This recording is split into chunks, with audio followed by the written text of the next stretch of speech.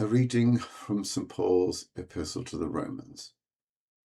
Brethren, my heart's desire and prayer to God for them is that they may be saved. I bear witness that they have a zeal for God, but it is not enlightened. For, being ignorant of the righteousness that comes from God and seeking to establish their own, they did not submit to God's righteousness. For Christ is the end of the law, that every one who has faith may be justified. Moses writes, the man who practices the righteousness which is based on the law shall live by it. But the righteousness based on faith says, do not say in your heart, who will ascend into heaven, that is, to bring Christ down, or who shall descend into the abyss, that is, to bring Christ up from the dead. But what does it say? The word is near you, on your lips and in your heart, that is, the word of faith which we preach. Because if you confess with your lips that Jesus is Lord and believe in your heart that God raised him from the dead, you will be saved. For man believes with his heart and so is justified, and he confesses with his lips and so is saved. The scripture says, no one who believes in him will be put to shame. For there is no distinction between Jew and Greek. The same Lord is Lord for all, and bestows his riches upon all who call upon him. For everyone who calls upon the name of the Lord will be saved. Okay, so according to Paul, the Jewish people as a whole failed to recognize Jesus as their promised Messiah because they had typically replaced the truly pious performance of Torah in a spirit of justice, devotion, and humanity with a formal obedience to its injunctions, and, I would add, the unwarranted extrapolation of its limited specifics into extensive generalities. How is Christ the end of the law? End might signify either destruction and abolition, or else purpose, objective, and fulfilment. The translation I read, liturgy, not what I've just read there, chooses to render the ambiguous Greek as fulfilment, and I concur with this understanding. But many Protestants would not agree. What Moses told the Israelites in the desert is true if it is true that the Torah points to Christ, and if Christ's atoning work is rooted in Torah principles, for then the righteousness based on faith is not distinct from the righteousness based on Torah. Paul goes on to conflate three things: the Torah, wisdom, and the person of Christ, by his use of the phrases ascent into heaven and descent into Sheol. This is a play on two Old Testament texts. In Leviticus, just prior to one of the most crucial statements in the whole Bible, Moses points out to the Israelites, using these phrases, that God's will for them is not hidden or difficult to ascertain, as the Torah is right in front of them and fully explicit.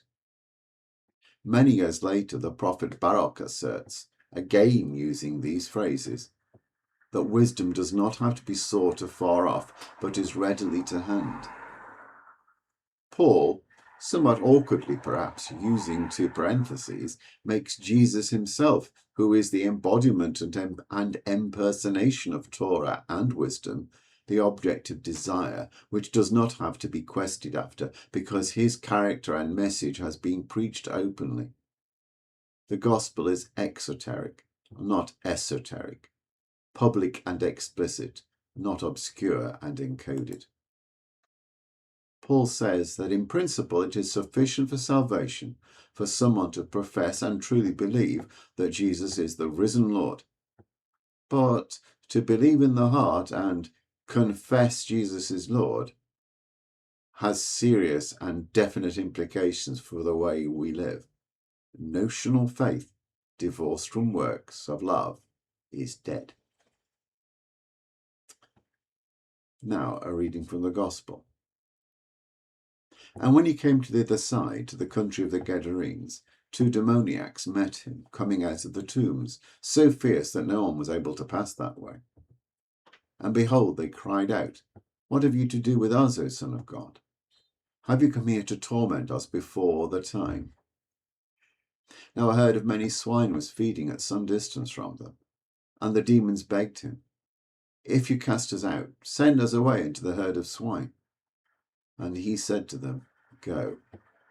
So they came out and went into the swine, and behold, the whole herd rushed down the steep bank into the sea and perished in the waters.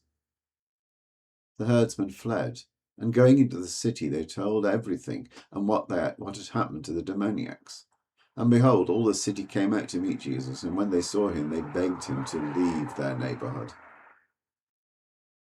So, after that gospel reading, 5 questions occur to me. 1. Why did the demoniacs seek out an encounter with Jesus? 2. What is this time which they referred to? 3. Why did they want to be relocated into the swine? What was the default alternative? 4. Why did the swine kill themselves? 5. Why did the locals want Jesus to leave them? Perhaps the demoniacs were sent out on a reconnaissance mission by Satan. They seem to have known that Jesus deserved the title Son of God, but they may not have known exactly what it fully meant. The Jewish king used this title, and to say that the Messiah would be the Son of God did not even suggest that he would be anything other than merely a remarkable human. The demoniacs seem to have thought that Jesus was intent on confronting them, but there's nothing in the text to indicate this. Their demeanour is akin to the yob who grunts, "Are you looking at me, boy?" The demons suggest a hypothesis that the Son of God is intent on testing or torturing them earlier than was to be expected. This indicates that they believe that their days of free action were numbered and that they fully expected to be apprehended eventually and dealt with in some way. One presumes that they refer to the eschaton, the end of the age, when the Messiah returns in glory to render formal judgment on all sapient beings. Jesus neither corroborates nor denies anything the demons insinuate. He does not engage in dialogue with the demons. There's nothing to be gained from doing so. In this, he sets us a good example. For us, who are not God incarnate, there is also the danger of losing any debate that we might engage in with a demon, as the typical demon might well be much more cunning, intelligent, and knowledgeable than you or I, and be charismatic to boot. The demons distinctly dislike the idea of losing their grip on corporeal existence, preferring the prospect of subhuman hosts to complete disembodiment. This tells us something of the purpose of demonic possession. I have an idea what this might be, but the matter is highly debatable, and I do not intend to explore this issue here and now. The reaction of the swine to being possessed was both extreme and weird. Either the demons were just as surprised by what happened as were the onlookers, or they had a reason for inciting the pigs to drown themselves. In the first case, why did these ritually unclean beasts react so antagonistically to possession when the human victims had acquiesced, albeit unwillingly? In the second case, what did the demons have to gain from the immediate death of their hosts? Again, this tells us something about the nature of demonic possession, but I am at a loss as to hazard what this might be. As to why the locals wanted to see the back of Jesus, I suspect that they were simply afraid of the power which Jesus had manifested. As far as they were concerned, Jesus was a powerful wizard, and there was no knowing what he might do next. Best he did it somewhere other than in our neighbourhood. What can we learn from today's epistle and gospel? First, that we shouldn't overcomplicate our religion, or see it as a series of chores, or as some kind of treasure hunt or endurance challenge. Although it is a quest, the trail guide is at our side, and it is he that is the true object of the quest. The journey is into his sacred heart, not some remote Shangri-La.